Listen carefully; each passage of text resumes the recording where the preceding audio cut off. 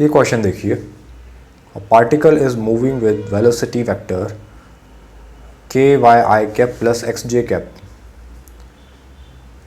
We vector given है, bracket open करके लिख रहा हूँ मैं, k y I cap plus k x j cap. k यहाँ एक कांस्टेंट है, क्वेश्चन में दिया है, तो हमें जनरल इक्वेशन फॉर पाथ लिखना है। पाथ का जनरल इक्वेशन मीनिंग x और y में रिलेशन। x इंडिकेट करता है पोजीशन अलोंग x एक्सिस, ठीक है। x में वेरिएशन इंडिकेट करेगा कि x एक्सिस के अलोंग पार्टिकल कैसे कैसे मूव कर रहा है, कैसे कैसे पोजीशन चेंज कर रहा है। और y में वेरिएशन इंडिकेट करता है कि y के अलोंग या वर्टिकल डायरेक्शन में या y एक्सिस के डायरेक्शन में पार्टिकल कैसे कैसे अपना पोजीशन चेंज करता है, ठीक है। तो यहाँ से एक बात समझ में आती है, अगर हम बोल रहे हैं कि change in position along x axis, change in position along x axis, तो rate of change in position along x axis dx by dt, इसे आप वेलोसिटी का x कंपोनेंट कह सकते हो। Similarly rate of change in position along y axis, इसे आप velocity का y कंपोनेंट कह सकते हो। ये तो बेसिक फॉर्मूला पता ही है, वेलोसिटी क्या होता है, चेंज इन पोजीशन का रेट ऑफ चेंज, या d बाई डी टी, ऐसा याद रहता है आपको, डिफरेंशिएशन ऑफ डिस्प्लेसमेंट। डिस्प्लेसमेंट का डिफरेंशिएशन करने का मतलब क्या है, चेंज इन पोजीशन का डिफरेंशिएशन करना, ठीक है। तो ये तो बहुत बेसिक कॉन्सेप्ट है कि पोजीशन का या चेंज इन पोजीशन का डिफरेंशिएशन किया तो वेलोसिटी आता है। x के अलोंग पोजीशन का डिफरेंशिएशन किया तो x कंपोनेंट वेलोसिटी का मिला, y के अलोंग किया तो y कंपोनेंट मिला। तो यहाँ हमें गिवन है कि वेलोसिटी का x component k y I cap है और वेलोसिटी का y component k x j cap है, तो इसी चीज़ को लिख दिया। यहाँ देखिए, तो क्या कहा, dy by d t v y है, वी वाई क्या है यहाँ से, के एक्स। हम सिर्फ मैग्नीट्यूड लिख रहे हैं, जे कैप डायरेक्शन इंडिकेट कर रहा है, यूनिट वेक्टर है, उसका मैग्नीट्यूड 1 है, तो हम सिर्फ मैग्नीट्यूड लिख रहे हैं तो उसमें के एक्स ही आएगा। सिमिलरली यहाँ पर लिखा d x by d t is equal to v x, v x का मैग्नीट्यूड है के वाई, तो इसे लिखा के वाई। इसे कहा इक्वेशन 1 और इसे कहा इक्वेशन 2। अब इक्वेशन 2 डिवाइड बाय 1 कीजिए, इक्वेशन 2 को डिवाइड कीजिए 1 से, तो ये बनेगा d x by d t divided by d y by d t is equal to, पहले लेफ्ट साइड का लेफ्ट में डिवाइड कर लिया, राइट साइड का राइट में डिवाइड कर लीजिए, दोनों के राइट हैंड साइड को डिवाइड कीजिए carefully, k y divided by k x. इसे ऐसा लिखा जा सकता है d x by d t, divide की जगह इंटू लिखा तो आप इसे लिख सकते हो d t by d y equals to k y by k x, k y by k x, k से के कैंसिल हुआ, वाई बाई एक्स। तो यहाँ से आ रहा है,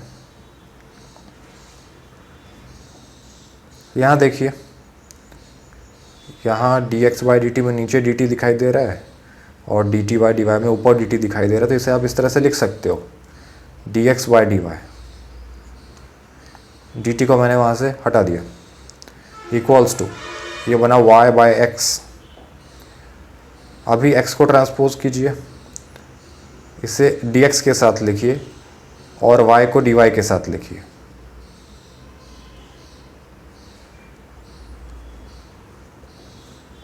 अब दोनों साइड इंटीग्रेशन कर दीजिए,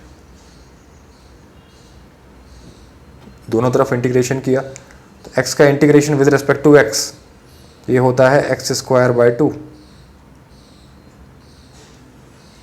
इंडेफिनिट इंटीग्रेशन है तो कांस्टेंट ऐड कर दिया, constant of indefinite integration. y का integration with respect to y y square by 2 ही होगा। यहाँ भी कोई कांस्टेंट ऐड कर दिया, लेट्स से सी डैश,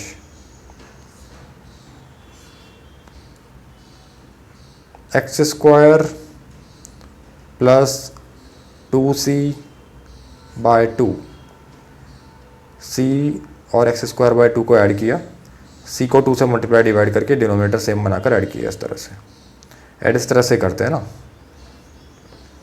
कभी ऐसा लिखा है मेरे पास a बाय बी प्लस सी, तो मैंने क्या किया यहाँ पर ऐड करने के लिए इसे b से मल्टीप्लाई डिवाइड कर दिया, तो अब दोनों का डिनोमिनेटर सेम हो गया b, और ऊपर का जो है a और सी भी इसे एज इट इज़ लिख दिया। ठीक है, वही काम मैंने यहाँ किया, c को मल्टीप्लाई किया था 2 से, मल्टीप्लाई और डिवाइड किया था 2 से, तो अब ये आया वाई स्क्वायर। सिमिलरली यहाँ कर रहे हैं, सी डैश को 2 से मल्टीप्लाई डिवाइड किया, तो ये बनेगा y square plus 2c dash by 2।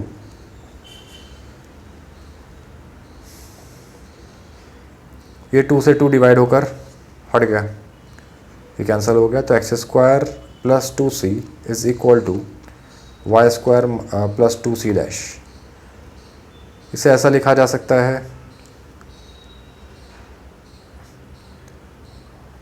X square minus y square equals to 2c dash minus 2c। अच्छा देखिए, c डैश और c कॉन्स्टेंट्स हैं, तो 2c डैश माइनस 2c ये पूरा टर्म भी एक कांस्टेंट ही है, पूरा टर्म एक कांस्टेंट ही बन रहा है, तो x square minus y square equals to constant, ये डिजायर्ड रिलेशन आ गया। हमें एक्स और वाई में रिलेशन फाइंड करना था, ये हमने फाइंड कर लिया, और यही फाइनल आंसर है।